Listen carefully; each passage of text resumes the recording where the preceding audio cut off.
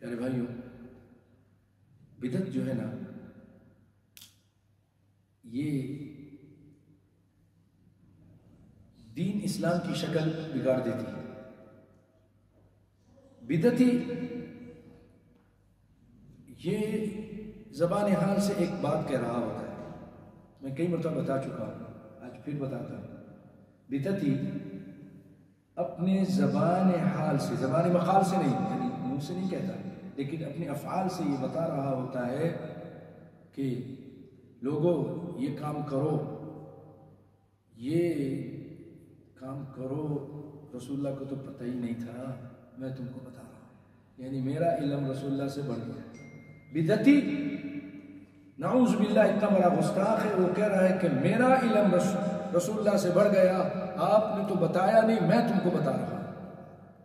یا تو یہ کہہ رہا ہے یا پھر یہ کہہ رہا ہے نعوذ باللہ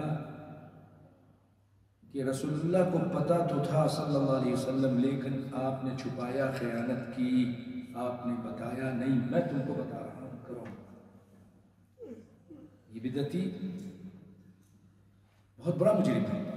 ایک حدیث ہے، مسلم شریف کی حدیث ہے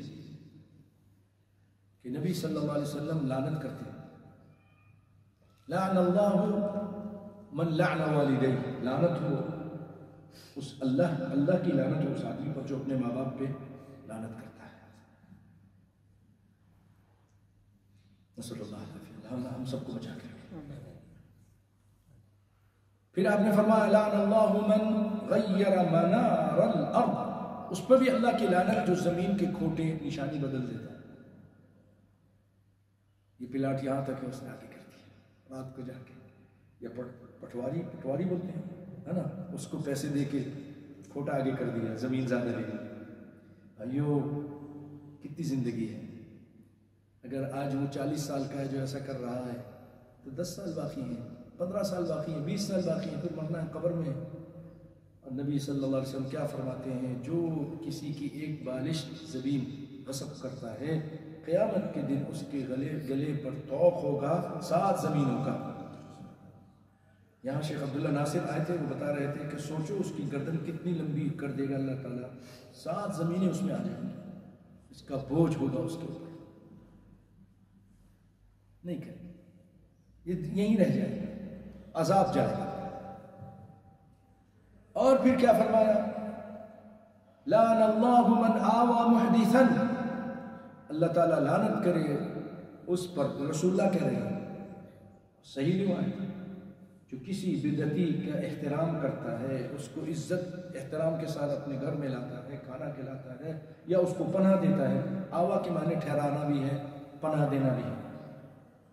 بدعتی اتنا منحوس اور اتنا موذی اور اتنا متعدی، یعنی اس کا جو شر ہے وہ دوسرے تک کیسے پہنچ رہا ہے۔ نعوذ باللہ، ایک بالکل اچھا آدمی ہے، وہ بدعت بھی نہیں کرتا، لیکن اس نے اپنے گھر میں اس کو لایا، بیٹھایا، عزت کی، تو یہ اتنا موذی شخص ہے کہ اس کی وجہ سے اس پہ لعنت، تو آپ سوچئے کہ خود بدعتی پہ کتنی بڑی لعنت ہے۔ لیکن یہ عام بدعتی کی بات نہیں ہے، یہ یہاں علماء لکھتے ہیں کہ اس سے مراد وہ بدعتی جو بدعت کو رائج کرتا ہے، لوگوں میں پھیلاتا ہے، ایجاد کرتا ہے، اور لوگ بڑے بڑے یعنی علماء، ان کے بڑے بڑے علماء اگر ان کی عزت کرتا ہے، احترام کرتا ہے، تو اس پہ بھی لعنت۔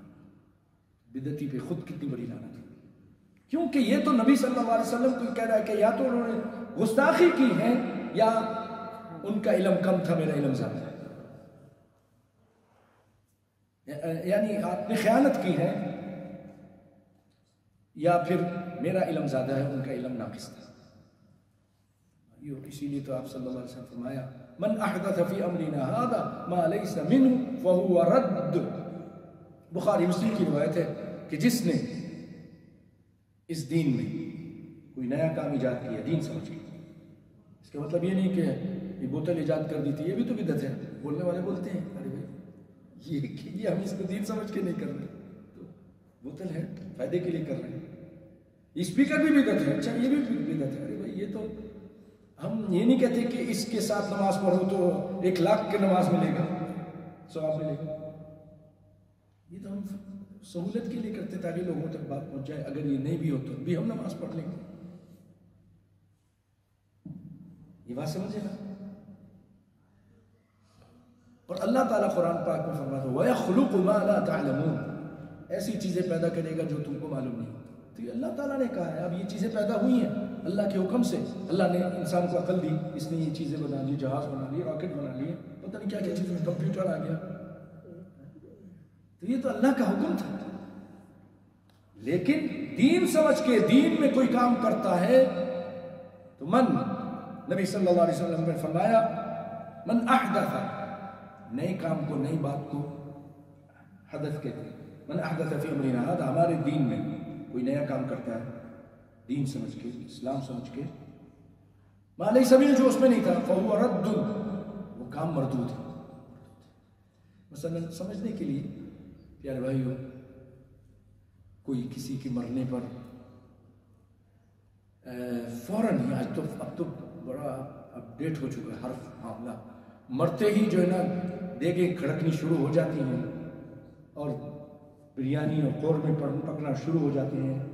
اور کوئی آدمی اگر آتا ہے تعزیت کے لیے دور سے تو وہ بیچارہ شرما کے کہتا ہے میں تو یہاں آیا تھا، فلاں صاحب فوت ہو گئے ہیں، لیکن تو یہاں تو شادی کا ماحول لگ رہا ہے. کس کی شادی؟ کہا نہیں، وہی فوت ہو گئے ہیں، ان کا کھانا. یتیموں کا کھانا، یتیموں کا مال کھاتے ہیں. الذین یأکلون اموال الیتامی ظلما انما یأکلون فی بطونہم نارا.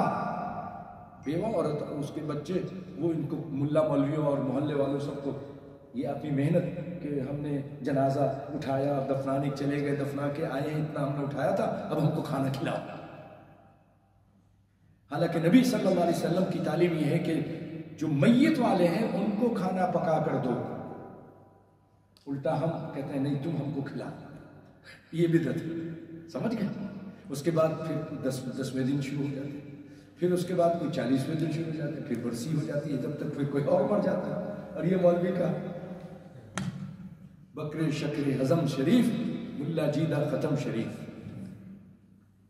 ملا جی آ گئے نے چورے ہو کے بہ گئے. یہ اللہ رحم فرمائے، یہ کھانے پینے کا دھندا بنایا ہوا پیارے بھائیو، یہ بدعت. اب جیسے اذان سے پہلے آپ پوری حدیث کی کتابیں کھنگال لیجئے، اللہ اکبر سے اذان شروع ہوتی ہے اور کہاں ختم ہوتی لا الہ الا اللہ، ہے نا، بسم اللہ بھائی، ایسا ہی ہے نا.